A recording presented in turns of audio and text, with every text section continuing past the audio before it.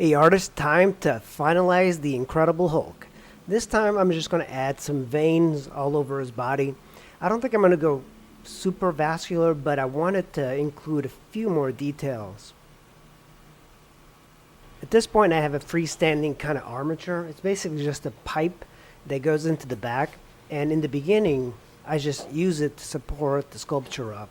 And it's just two things that I welded together, and that's the bolts hold the pipes. So I'm going to dig the back of the Hulk, and because it's kind of like attached to the clay at this point, it kind of shrunk, so the pipe is very tight in there. So either way I have to make the torso hollow, so I'm going to dig out the pipe. It's pretty easy to remove this part, but you do not want to keep the pipe in there when the clay is getting dry, because that's going to make the entire sculpture crack and break. So at this point I'm just going to dig out as much clay as I can from the insides. And remember, I connected a lot of these holes, but I have not vented it to the base yet. I'm probably not going to do a video of that process. I am basically going to take the base where the Land Rover is, and I'm going to scoop it all the way up until I get to the torso. This way when you put it on a kiln, it's going to be really it's going to have all the gases that disappear from it. Another thing I was thinking about doing is removing the arms, because the arms are going to break if you ship it, for example, so I might remove the arms. But at this point I'm not sure yet. If I do remove the arms, I'll have access to making a hole. That way it can vent out the sides as well, and it's going to increase the chances of it getting fired. But I'm going to scan this in the future videos to see if I can get a full-on replica in 3D before I send this.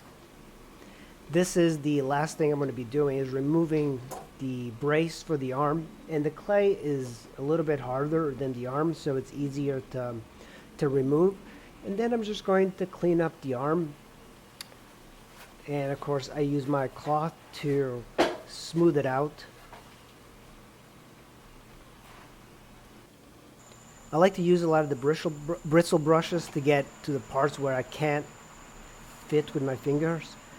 And I want to get some more details on the toes, highlight some of the muscles, do a little nipple there. And this is the last part, taking a light and lighting the sculpture in a different way and seeing if there's any errors in the sculpture that you can see.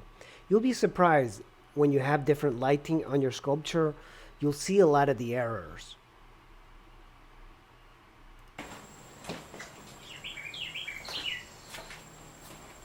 And now I'm going to remove the brace for the right arm that connects to the leg. This is just a temporary brace because that right arm is going to be drying quite a bit because it sticks out. It's going to be the first thing that's going to dry out, and then the left arm is going to dry out. So potentially you could have this break as it's drying. But that's pretty much it. That's the last video on the Hulk.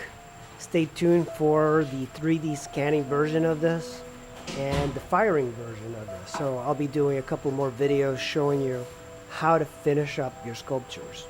If you have any suggestions on future sculptures and any ideas for anything, just post up in the comments below. If you want to see any videos in the sculpture process, post in the comments and I'll be sure to comment and do videos in the future. Thanks for watching, and I'll see you in the next video.